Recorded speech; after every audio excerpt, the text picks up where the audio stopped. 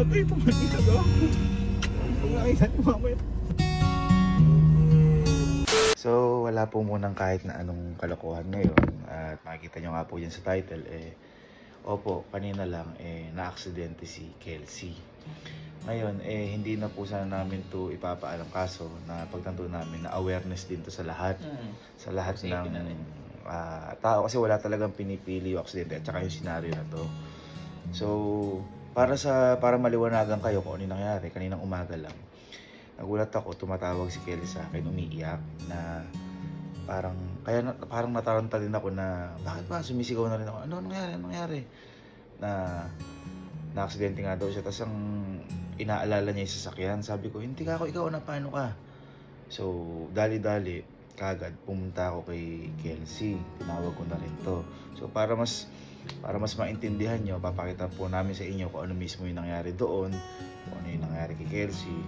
So, eto po. Yan.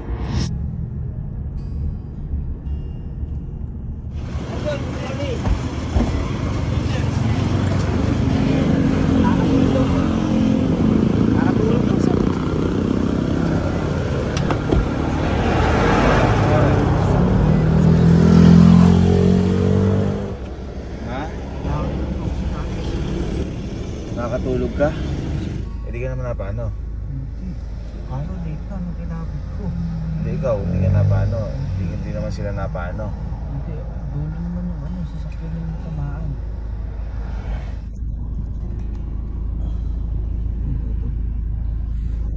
Ay, oo nga, kinain mo boy. Kasi mamatay ka. Kasi munti ka na mamatay. Sinilabutan ako sa clip.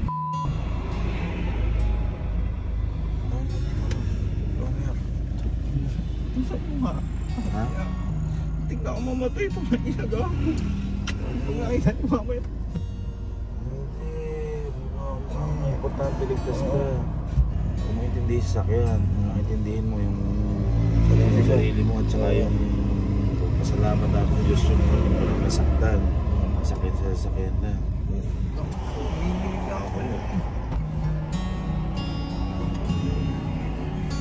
Malip ko nga ito. Tinaw ko eh.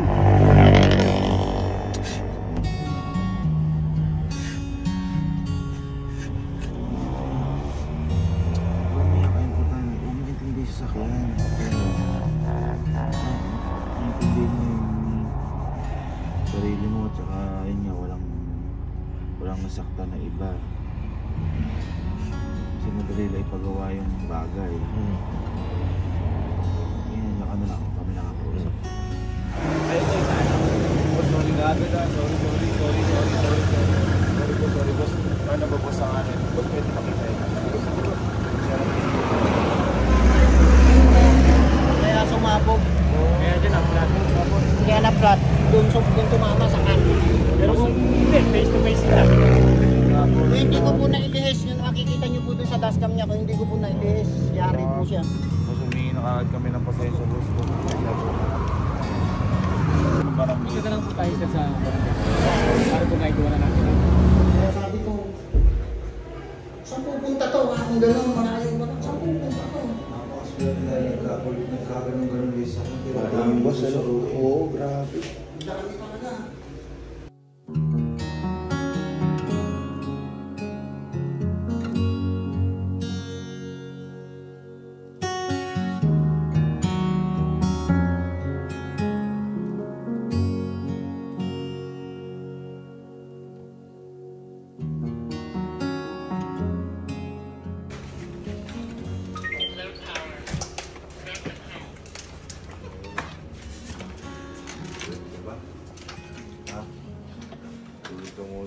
Sinasabi ko, ano nangyari dito? Ha? Ano nangyari dito? Kaya kayo, huwag kayo masyadong nagulo sa inyo, basta nakaramdam na antok. Kung na kayo nagdadrive. Nakaidlip sa sakyan, nabangga. Ay! Hindi, totoo. Ito. Napakaswerte lang. Pero motive na mamatay. Ayun ka na boy, parang maintindihin niyo. Ang pera na. Yan po yung nangyari. Kung mapansin niyo po, medyo hindi makausap ng matino si Casey. Biglang naiiyak. Siguro trauma na rin, boy. Shock na rin. Trauma. At actually, ayaw pong bumaba ni Casey. Buti na lang po yung naperwisyo niya. Again, maraming salamat po. And sorry po sa mga drivers na naperwisyo ni Kelsey. Dahil sila pa po yung nag-comfort kay Kelsey. Na okay lang yan, ganyan. Na sige, hintayin na lang natin sila, kuya mo, ganito. Kasi hindi po makausap ng matino si Kelsey. Ngayon, kung ano po yung nangyari kay Kelsey, si Kelsey po, nakatulog sa daan habang nagtatrive. Ngayon, yung po sinasabi ko sa kanila, pati sa lahat ng tao dito, wala namang kaso kahit na, basta pag nakaramdam ka ng kahit na konting antok, walang kaso kung tumabi ka at doon ka matulog sa daan. Kung nagmamadali ka, ano ba mas importante yung lakad mo, yung buhay mo? Yun na lang. Feeling ko kasi pinilit ni Kelsey dahil gusto niya makauwi ng maaga kasi uyat tsaka sobrang pagod. Tsaka meron pa po kasi kaming trabaho dito. Ngayon, yun nga po, hindi siya rason para sa kamalian. Yung mali po talaga si Kelsey doon. Ngayon, ang pinagpapasalamat po namin, walang kahit na anong nasaktan sa nangyari. Pero, si Kelsey po, yung time na yun, malapit na po siya sa kamatayan. Too close na po siya, sigurado na po ako doon. Kasi nung nakita ko po yung dashcam, pati ako kinalabutan ako dahil lumagpas lang po ng konti sa sasakyan. Tapos nung nagising siya, malapit na po siya sa truck. Buti na, igano niya ng konti. Magaling din po yung driver ng truck dahil nagano ng konti. Kaya konting-konti lang po yung halos yung galo sa truck. Although maraming nangyaring sabog yung gulong kotse natin, sabog yung harap na isa, hindi po nagmamatter dito yung material na bagay o yung babayaran o yung kahit na ano. Ang nagmamatter dito yung mismong buhay ng tao. Kaya yung po kagad yung unang tanong ko kaya ano ba, paano ka ba? Meron ka bang nabangga? Kasi napakahirap po ng aksidente, hindi natin alam kung kailan mangyayari. Kaya ayun, nung umuwi kami, sinabi ko na hindi namin sasabihin kay mama, pero hindi pwede. Hindi talaga. Kailangan siguro masabi kay mama. At saka yun yung iniintindi ni Kelsey na baka mamaya magalit si mama kahit na muntik na siyang mamatay. Yun pa rin yung iniintindi niya, yung galit na nanay natin. Sabi ko, huwag mo ako intindihin yun. Wala ka kung may gusto na nangyari. At ang matindi pa, boy, dapat sasabihin ko na nga na huwag ka na muna mag-drive. Nagulat ako kanina. Hindi ko na lang na-videoan. Nagpe-presenta siya na, kuya, parang sinusuko niya yung lisensya niya sa akin. Kaya na doon niya mag-drive habang buhay. Parang sabi ko, hindi. Pahinga ka lang, pero ako, face your fears, sabi ko ganun. Tapatin mo ako yung takot mo. Hindi ka ako habang buhay naman na ano. So, iyak pa rin iyak si Casey. Kaya ngayon, siguro gagawin namin, sabihin mo namin kay mama. Kasi mahirap pag di natin sinabi. Tsaka yun yung tama. So, yun, sabihin mo natin kay mama. Ma.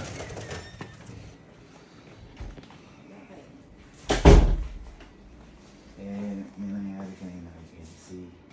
Kelsey? Na-aksidente kanina si Kelsey. Unang kabalitan kasi natatakot. Nakatulog siya habang nag-drive. Ay, bakit? Tapos sabog yung sakyan natin. Ngayon, ito nangyari. Ito yung dash kaya kanina nagdadrive siya.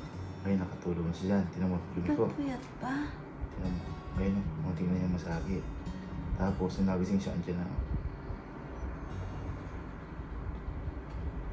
Sino kasama? Wala, siya lang. Eh, puyat pa, saan pupunta? Hindi, pauwi na siya. Eh, paano nakatulog? Baka nga mamaya. Kuya. Tsaka pagod din. Siguro, pinilit mo. Segundo lang. Kaya saan? Kausapin mo nga, inaalala ka mga magalit ka daw.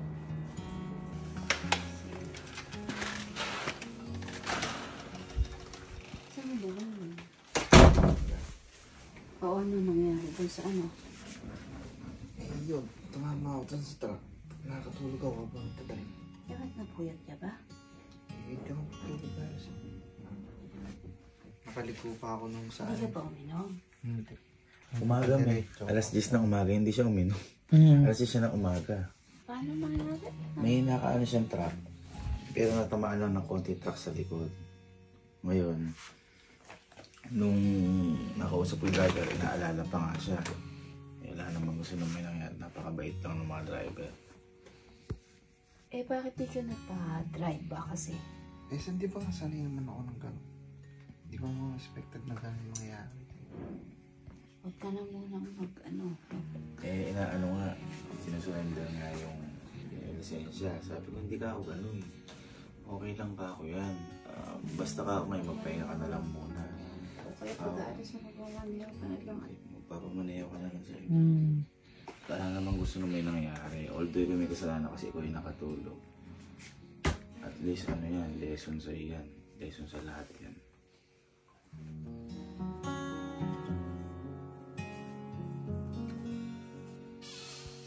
Sino kasama mo matutulog dyan?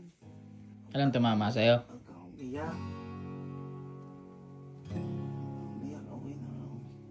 Kasi, nandun ka matulog na lang. Nandun ka matulog na lang.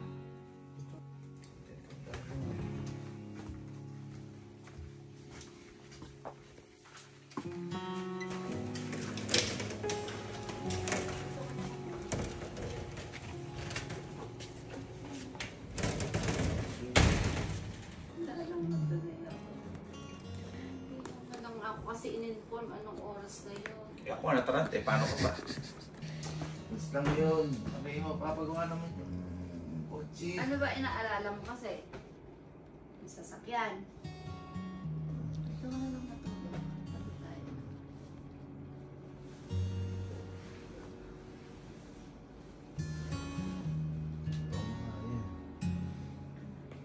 Kape mo yung baso mo. Kape mo na, ano yan, kaya napatakot ng takot sa'yo. Bakit naman natatakot ka? Hindi, kung di mo palabasin. Natatakot ka ba? Natatakot ka? Hindi na ako natatakot eh. Ako muna. Hindi natatakot. Papakita sa video. Halika. Huwag ka na magmamaneho. Ikaw tandaan mo, hindi ka pa ganun kalaking mataas ka lang pero bata pa yung katawan mo. Ay, yan. Ang moral lesson dito. Hindi importante material na bagay. Importante ay buhay. Pag hindi na inaantok, umidip sa Tabi. Tabi.